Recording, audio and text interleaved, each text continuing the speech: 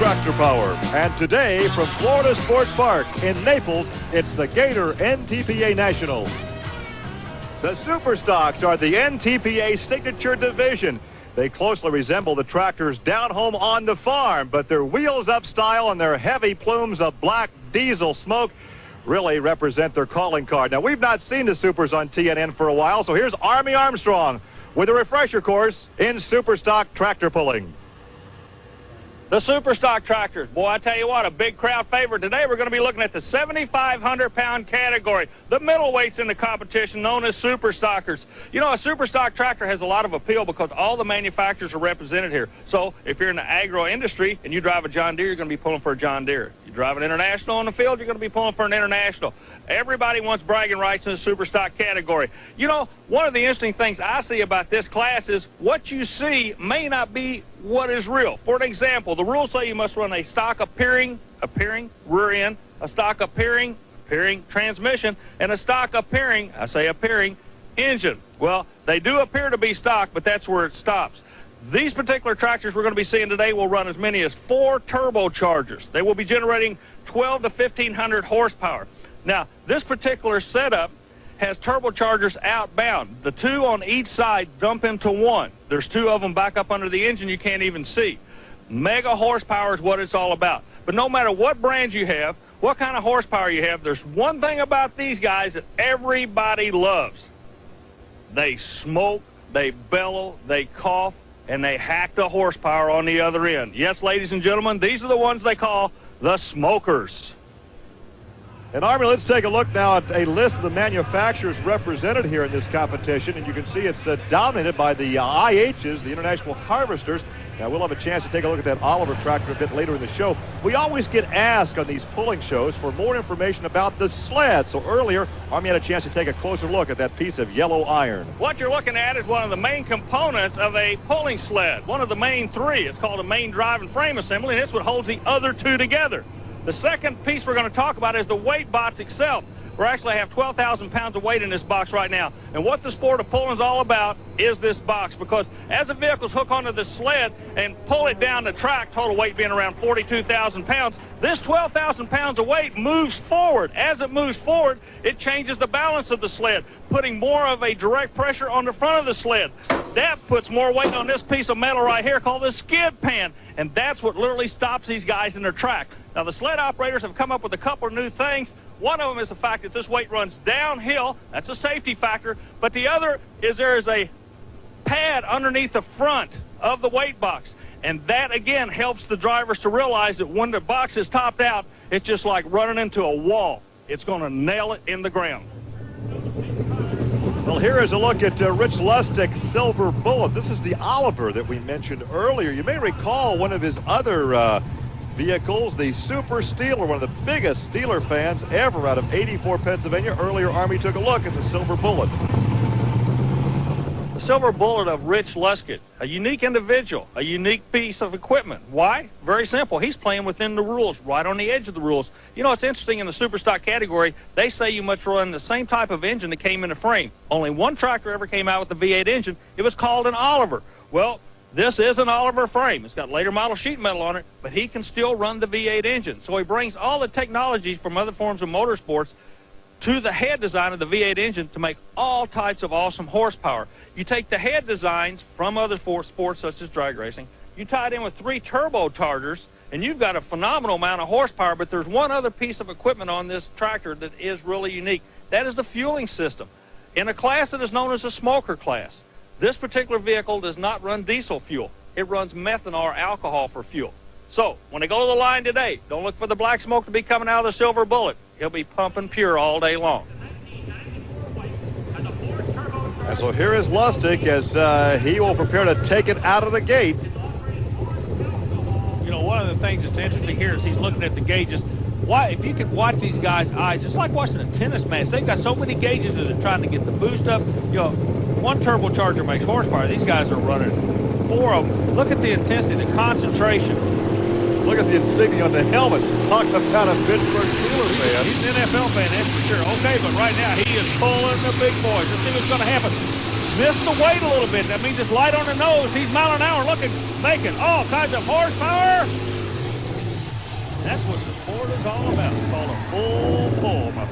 it's also a test pull. See, the sled was not official. That was the full pull, but that was the first pull of this class. Now, this is what's unique about the sport. There'll be a meeting with the driver and the track official as to what the sled should be left alone or modified, and there's an honesty factor here. It's amazing. They'll go back and reset that sled, make it heavier, I would imagine, Gary. But if I'm the driver, I have a full pull. That's just you. That's the way. That's why you is where you is and he is where he is. All right. Well, with that in mind, we'll take you from the broadcast booth back down trackside to have a visit with Rich Lustig. Gary, the Silver Bullet pulls first, makes a dynamo run, but the track crew picks up the option. They're going to change the sled, making you come back and run again. Does that bother you at all? Well, I wish we'd see another tractor come again, but we can't come straight back, so we're going to be back in 6th position. Will the track go away by then? That's the big question. I don't think the track's going to change much, no.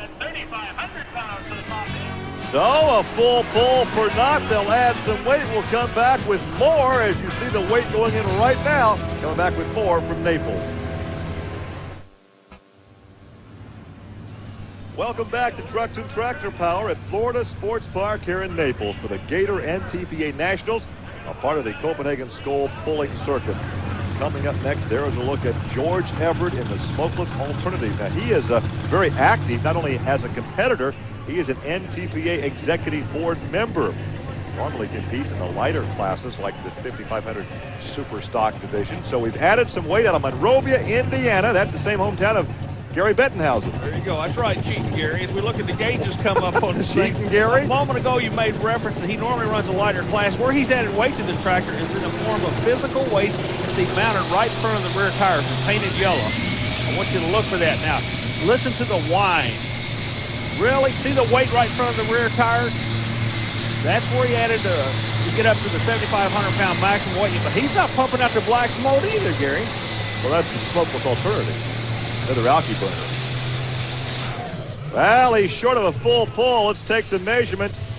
We're coming up with just under 285, 284.09 for George Everett. Okay, now we only had one John Deere, but he told me back in the pit area, it only takes one. Nothing runs like a deer. Gary, when he leaves the starting line, you can see him start to muscle it. Right hand's on the steering wheel, left hand's on the throttle.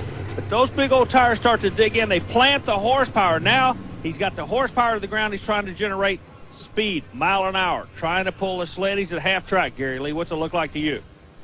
Well, Army, keep in mind they added some 4,000 pounds. We don't know if this will be an official run until it's all over. Now watch the body English. He leans back in the cockpit, trying to get as much weight as possible over the rear axle. Falls short at 284.09. He's with Army. Well, George, you just indicated to the track official that, yes, you indeed want to take the pull. What is the track like out there? You guys seem to be able to get a handle on this track where other classes can't. It's pretty soft and loose. I was about 100 light or heavy on the front. I should have moved 2 back and got her nose in the air. I think I could have got it out, but should be a couple of them get it out that's behind me yet. Well, let's see what kind of a prognosticator George Everett is as we take a look at Jerry Van Dorp. Gary, it's kind of interesting how each sport has its own terminology. You know, he just made a statement he should have moved 2 back to get her nose in the air. All that means is he missed the weight. The balance was wrong. Out of Charlotte, Michigan, Jerry Van Dorp, the Screamin' Demon 2. He was the 94 Region 2 champion. He was the Pro National champ in 91 and 93. Some 30 years in the sport. There is the distance to beat, and there we're going to see some smoke this time. I'll guarantee you are. Now watch the color of it. Once it gets black, he's watching the gauges, working the throttle stuff. Well, you watch the smoke. When it goes to black, it's getting gray, coming up on the turbos, starting to light it up a little bit. Down on the horsepower end, watch for black smoke. We got it. Throttle up, just like lift off at the Kennedy Space Center.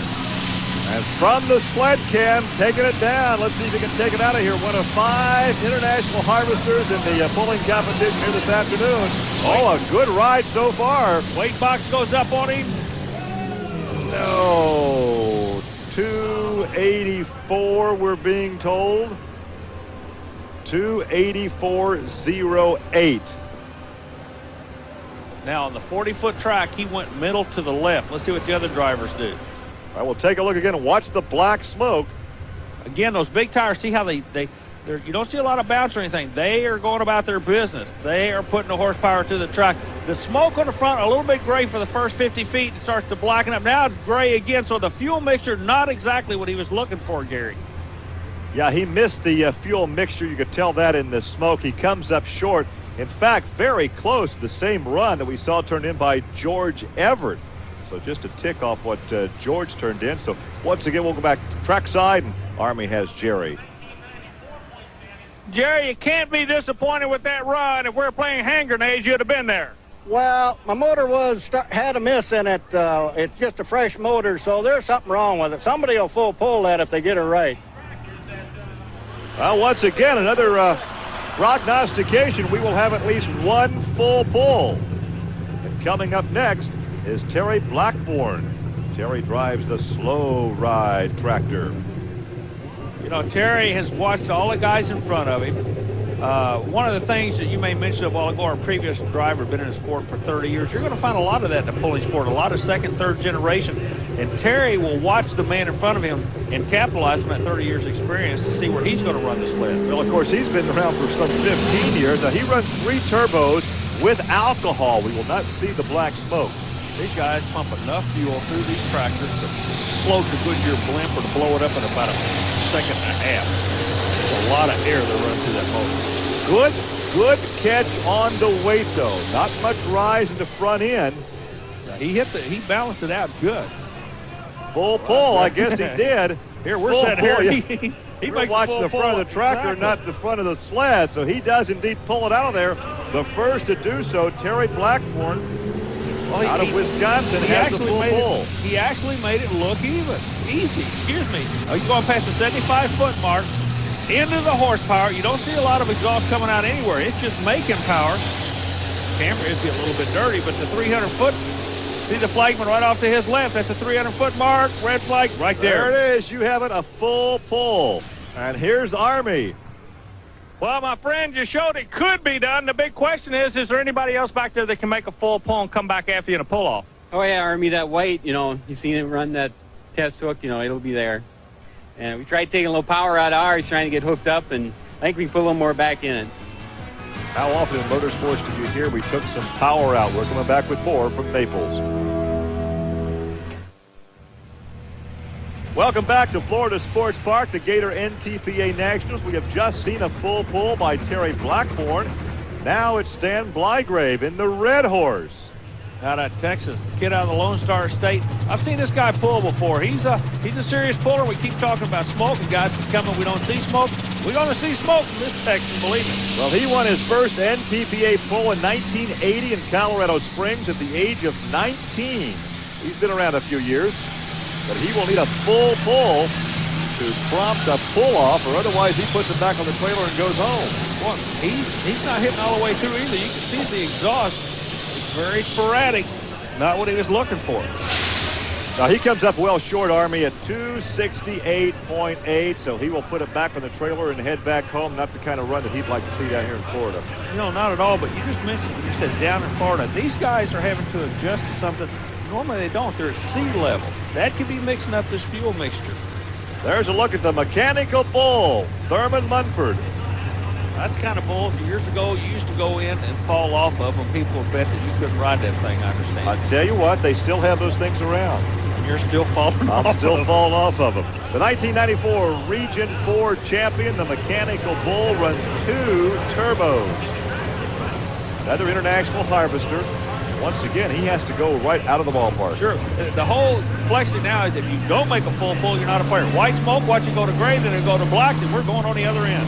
We need some tear-offs there for the lids on our sled cam. Or Garricam. That's right. See, now he's missed the weight. He missed the weight. The mechanical bull is giving him a bull ride right now.